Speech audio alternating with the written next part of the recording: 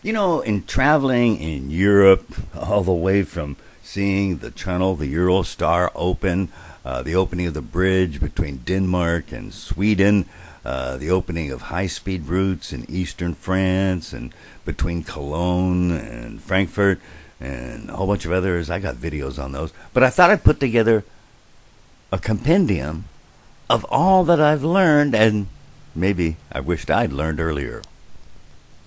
You probably know this, but a lot of countries have a two-letter abbreviation that's standardized. And, well, you know, U.S., that's kind of obvious. Don't confuse them with the states, or for that matter, the estados in Mexico or those in Italy. There are duplicates. But one that maybe needs a little explanation is Switzerland uses the Latin, because of their 3.5 languages, Confederatio Helvetica. Here's a little basic heads up. Some of you know, some of you don't. Numbers are different. In counting, they start with a thumb. More than once I've seen an American get one more beer than they expected. Dates are in order of the day, then the month.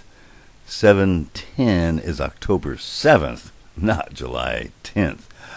Time zones, pretty straightforward. Summertime is 2 greater than Greenwich Mean Time. Portugal and the UK are earlier, and the Baltics are later. It wasn't that long ago the United States decided to change the date for what we call daylight time, Europeans call summertime, 2 weeks later or earlier to help the kids during Halloween. Just as the thumb starts the number 1, floors on an elevator, unlike the U.S., start at 0, with an RC for rez-de-chaussee for ground floor in French, or E for erde, and many times they're written in a way that can be a little bit confusing. The number 1 looks like an upward arrow. The 7 with a cross line looks like an F. The Z takes a cross as well, and it's pronounced Z or Zeta instead of the American Z. Measurements, of course, are different, with about 8 kilometers equaling 5 miles, and a gallon is about 4 liters. A little trick to fast conversion from Fahrenheit to Celsius is set 68 degrees Fahrenheit equal to 20 Celsius, and then add 9 or subtract 9 Fahrenheit for each 5 Celsius. Shoe sizes and clothing sizes differ. Here are some charts. Well, you're going to probably fly to Europe, and you get a far better deal on one of the discount booking services. I'm fond of CheapTickets, no liability on my part, and you get far cheaper airfares, even if you count the frequent flyer miles, and I'm not a fan of those, but we'll talk about that when we get to credit cards. It's been bought out by Expedia, and still no fees, but they don't have their convenient chat box, and I've posted in my paper the toll-free numbers, which are very handy. In getting ready to pack, and I do pack lighter and I still overpack, do set aside separately a copy of your passport. It should have 6 more months remaining and spare empty pages, as well as various other things that you will need in an emergency. Heads up, while carry-on is the way to go, in the UK, their airports have a smaller size, about 3/4 from the normal carry-on. Likewise, plugs and voltage do differ between the US, the UK, and the continent. Let's talk about money. Here's a mini cross-rate table where the left-hand column is divided into the horizontal top row. You might look for an ATM or a cash dispenser, a Geldautomat, Distributeur d'argent, Caixa, Bancomat or Bancomato, and Otto if you happen to be in Finland. The euros are pretty well designed, function of color and size for the banknotes, and the coins The flip sides are different for each country, sometimes commemorative, not unlike our U.S. quarters. A little trick, especially if you're in a dark bar, the €1 coin and the 50-cent piece are roughly the same size, but the 50-cent piece has ribbing that is continuous and profound, whereas the euro coin is intermittent and fine. Staying, you could be with friends, somebody you met, hostels. Seniors are allowed in some countries now, but that's one extreme. The other extreme are the high-priced hotels. If this hotel has 1 star in the UK or France, that means it has no elevator. The checking in process, I like to get a separate business card with the hotel address, write my room number on it, check to see if the Wi-Fi works. Your card key may be needed to go up in the elevator and may have a slot on the wall in the room to provide electricity. If you want to keep the electricity on for recharging, air conditioning, you might use, say, your work card key.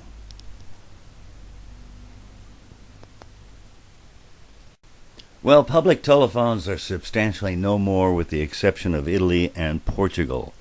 Most everybody has what the French called a portie, the Germans call a handy, and the Dutch called a GSM, an abbreviation for GSM.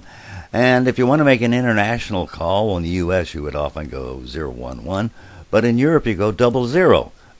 In Sweden it starts with a 9. Of course, there's a lot of different languages in Europe. Most people, especially in the travel industry, speak English to one degree or another. The Italians are known for being the least likely to speak English, and to the surprise of some, 1/6 of the Swedes do not speak English. And, here's a little chart I made of the character equivalents, where you'll notice they have special marks called diacritical marks. And if you want to address a postcard or some mail, you can abbreviate the USA in Spanish as a EEW, French États-Unis, Italian Stati Uniti, and the Portuguese abbreviated EUA. I've provided a list of some of the more relevant city names as called in other languages, called exonyms. Some of them are profoundly different. Generally, anything under 300 miles, 500 kilometers is better to take the train in terms of time because of that check-in process and distance from town.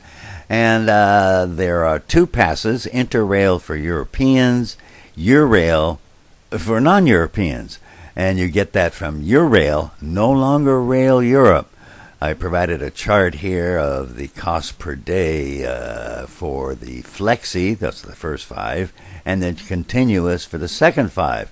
There are discounts for seniors and for those under 25, and look for those twice a year, 20-some-odd% promotional. A little bit of housekeeping. In the Netherlands, you'll need a pass or a ticket with a code to enter and leave stations. Portuguese reservations on the pass can only be made in Portugal, but on a cost basis, you might check out their CPPT sites, almost about the same. First-class coaches have a yellow stripe usually somewhere. In those high-speed trains, the multiple sections, Ram in French, Abteilung in German, you cannot go from one to the other because they're separate. They get coupled, uncoupled. And the numberings are zeros and teens for the German ones and teens and 20s for the French ones.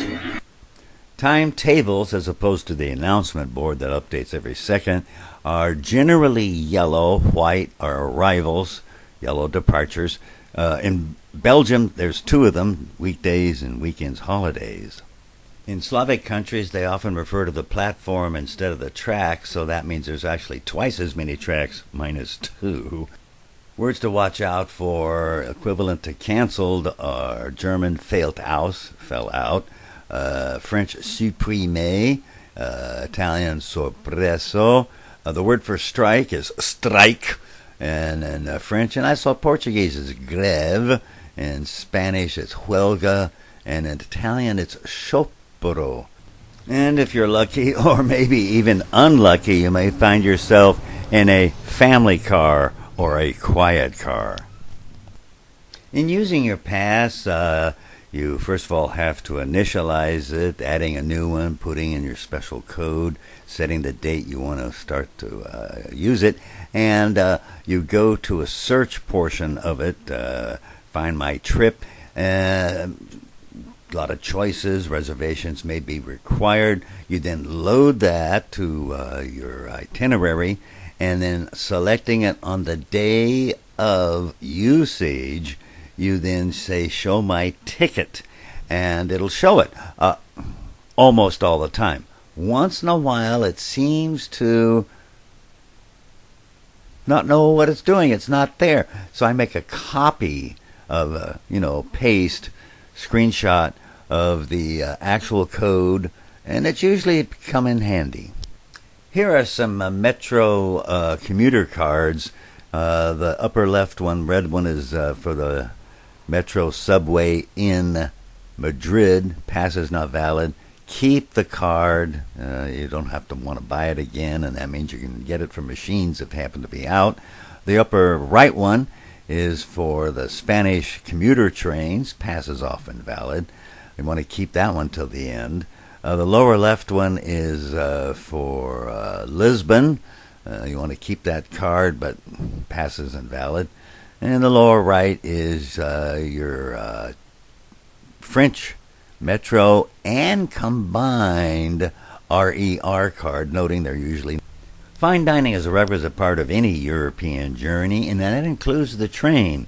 In order of preference, mine if you will, the bests are Czech trains with a 40% discount in Czechia, Austrian trains, German trains, Spanish trains, then French, and then Italian, with almost all the others having merely a silly little bistro car. Then on the other hand, there are street foods and drink, of course. In Austria, look for Mozart balls, chocolate praline, very delicious, and Marillen, which is a peach-flavored schnapps. In Belgium, look for the Guillain chocolates and the Duvel beer, twice brewed, strong. In Germany, they love their currywurst, and Willy's, a kind of liquor. In Denmark, get a pulser, it's a hot dog, and of course the aquavit, the water of life. In Spain, a tortilla is an omelet, preferably with potatoes, and they have a strong drink called orujo. France, of course, you try your crepes, and something also called a water of life, a l'eau de vie poire. And in Italy, my favorite, arancine, risotto rice balls, deep fried, preferably with ragu, and a caffè corretto, a corrected coffee with a little bit of grappa. In the Netherlands, at one of those automats, they have something called a bami croquette. I'll call it deep fried spaghetti. I love them. And of course, Jong Jenever, that's a precursor to gin. And finally, in Portugal, everywhere you can find a bifana, yummy little sandwich. And my favorite, licor de brão, very special herbal liqueur. Well, some ending odds and ends. Smoking rules are stricter in Northern Europe. The Swedes have a rule that you have to have open sky above you. In Germany, there are now designated Raucherbereits inside a yellow square line. In the Netherlands, there's Rookzones and ashtrays everywhere in Italy. In Germany, the federal states called Länder differ from city to city as whether or not it's generally or not permitted. If you're in a hotel, they're pretty strict on that. Maybe you can go into the bathroom, run a cold shower, wrap the butt in a tissue and flush it good. Here are some others. Consider when you're traveling, you're actually saving money on a car that you may not be driving, and on heating and cooling expenses at home. It's an offset. As a rule of thumb, you do the greeting first, unlike in, say, the USA. Prices in Paris rise if you sit down, and it's greater outside. And finally, you may have to pay first at walk-ups in Italy, and you must take the receipt. Well, with all of that in mind, I guess it's time to say goeie reis, gute Reise, bon voyage, bien viaje, bon viaggio.